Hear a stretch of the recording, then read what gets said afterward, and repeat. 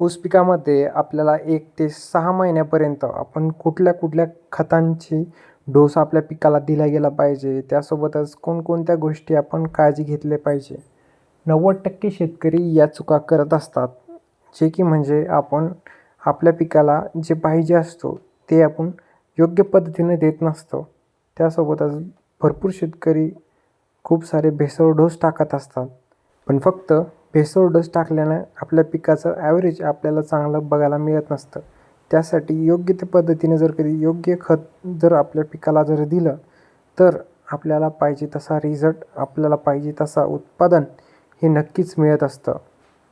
त्यामुळे ज्यावेळेस आपण आपल्या ऊस पिकाचं खत नियोजन करत असाल, त्यावेळेस या पद्धतींचा वापर आपण निश्चितच एकदा करून बघितला पाहिजे. जे की म्हणजे 1 ते 6 महिन्यापर्यंत आपण कुठले खतांचा डोस घेत आहे याबद्दल तर बिलकुल नाही. कारण की ते तर तुम्हाला सर्व काही सांगतील. पण मात्र आपण या व्हिडिओमध्ये अशा गोष्टी जाणून घेणार आहोत, ज्या की तुम्हाला कुणीही सांगणार नाही. जे की म्हणजे खूप सारे शेतकरी फक्त भेसळ डोस टाकण्यावरती अवलंबून नसतात. ते शेतकरी पाण्याद्वारे देखील आपल्या ऊसाला खतं हे सोडत असतात. पण मात्र पाण्याद्वारे आपण 1 ते 6 महिने कोणते खतांचे डोस आपल्या ऊसाला दिले गेले पाहिजे, तर ते अजून या व्हिडिओमध्ये आज समजून घेऊया.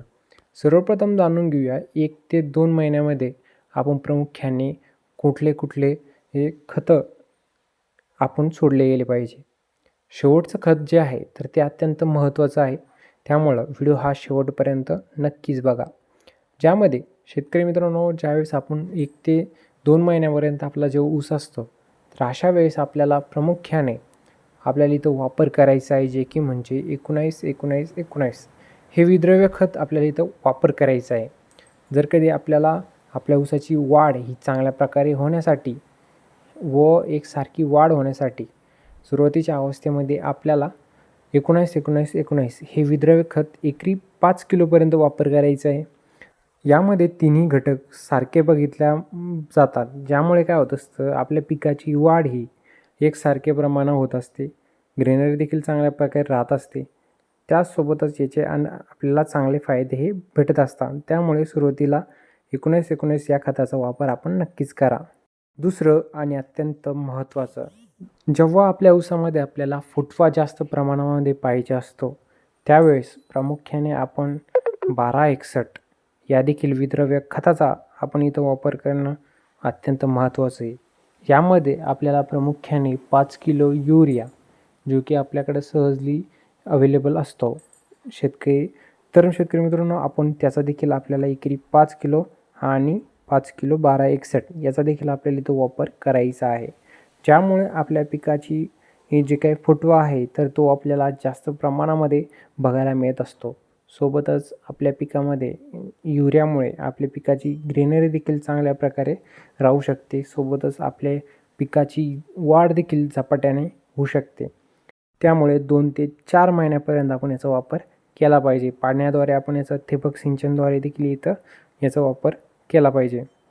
आणि त्यासोबतच तिसरं आणि अत्यंत महत्त्वाचं, ज्यामुळे आपल्या पिकाची कांडी ही जास्त लांब होणार, त्यासोबतच आपल्या पिकामध्ये आपल्याला जास्तीत जास्त वजन वाढीसाठी देखील आपल्याला जबरदस्त फायदा हा नक्की भेटू शकतो. कारण की सुरुवातीपासून म्हणजे ज्या स्टेजपासून आपल्याला कांडी फुटणं सुरू होत असते, तर त्या अवस्थेमध्ये जर कधी आपण याचा वापर केला, तर आपल्या पिकामध्ये आपल्याला कांडीची साईज ही चांगल्या प्रकारे डेव्हलप होताना बघायला मिळेल. सोबतच आपल्या कांडीची साईज देखील चांगल्या प्रकारे इथं हे सुरुवातीपासून बघायला मिळू शकते. त्यामुळे आपण याचा देखील वापर करणं महत्त्वाचं आहे. ज्यामध्ये सर्वप्रथम आपल्याला इथं वापर करायचा आहे, जे की म्हणजे 05234 या विद्रव्य खताचा देखील आपल्याला 5 किलो प्रति एकर आपल्याला इथं वापर करायचा आहे. याचा देखील आपल्याला जबरदस्त रिझल्ट, जबरदस्त फायदे हे बघायला मिळत असतात. त्यासोबतच शेतकरी मित्रांनो, अत्यंत महत्त्वाची आणि फायदेशीर गोष्ट म्हणजे जे की फक्त हे खतं वगैरे टाकून सोडून आपल्याला चांगलं उत्पादन भेटत नसतं. त्यासाठी आपल्या पिकामध्ये आपल्या पिकाचा मातीचा सेंद्रिय कर्व हा जास्तीत जास्त वाढला पाहिजे. त्यामुळे आपण पाचट जाळल्यापेक्षा आपण कुजलेलं जर कुजलेलं असेल तर आपल्याला तिथे देखील आपल्याला जास्त फायदा हा भेटू शकतो. त्यासोबतच शेतकरी मित्रांनो, आपल्याला शेणखत वगैरे, गांडूळ खत म्हणावा किंवा मळी म्हणावा, आपण याचा देखील वापर करणं हे अत्यंत महत्त्वाचं आहे. त्यावरून देखील आपल्या उत्पादनाची ही ही गुणवत्ता देखील सुधारत असते. त्यामुळे या गोष्टींची काळजी देखील घेणं महत्त्वाचं आहे. नुसते खतं टाकून आपल्याला कसलाही रिझल्ट भेटत नसतो. त्यामुळे योग्य ते नियोजन करणं अत्यंत महत्त्वाचं असतं आणि योग्य ते पद्धतीनं त्याला देणं हे गरजेचं आहे. बाकी शेतकरी मित्रांनो, ऊस पिकासंबंधित अशीच माहिती जाणून घेण्यासाठी ॲग्रो फार्मा यूट्यूब चॅनलला सबस्क्राईब करा. तुमचे काही प्रश्न असाल तर कमेंटमध्ये नक्कीच कळवा. चला तर भेटूया अशाच नवीन व्हिडिओ, नवीन माहितीसोबत. तोपर्यंत धन्यवाद.